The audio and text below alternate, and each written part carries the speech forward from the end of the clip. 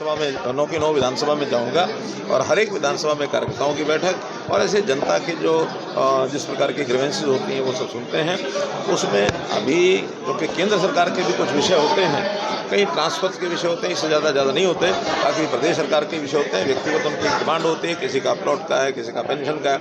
हमने सब बातें, हालांकि यहाँ के मुख्यमंत्री जी ने अब और नई घोषणाएं भी की हैं, उस अनुरूप सबके जो सहयोग होंगे, किसी का कोई काम बाकी बचेगा नहीं। फिर भी जो काम देखे जाते हैं उसको मैं चंडीगढ़ हर विभाग का क्राइम बढ़ रहा है सर, उस पर क्राइम बढ़ रहा है सर। क्राइम की बहुत चिंताजनक बात तो हमारे सामने आती है। जब भी कोई क्राइम होता है तो उस समय हमारी एजेंसीज हैं, चाहे पुलिस है, चाहे CID है, चाहे STF है, चाहे बाकी लोग हैं, वो उसके ऊपर काम में लगे हैं।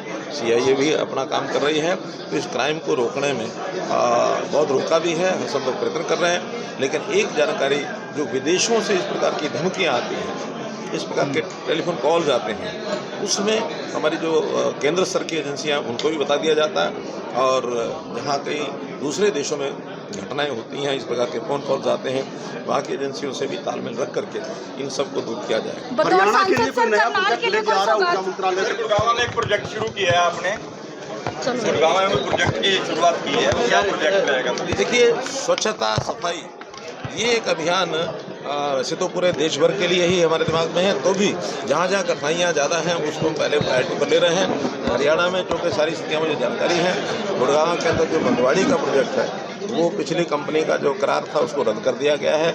अब उस वेस्ट को, उसमें से कैसे, पहले वेस्ट टू एनर्जी था, अब वेस्ट टू वेल्थ में कोयला बनाने के लिए NTPC ने और स्वीकार किया है। उससे ज़्यादा करार होगा, MOU जल्दी हो जाएगा और गुड़गांव और फरीदाबाद का पूरा जो वेस्ट है वो NTPC अपने प्रोसेस के माध्यम से इसमें कोयला बनाएगी और कोयले का उपयोग वो थर्मल प्लांट्स में करेगी।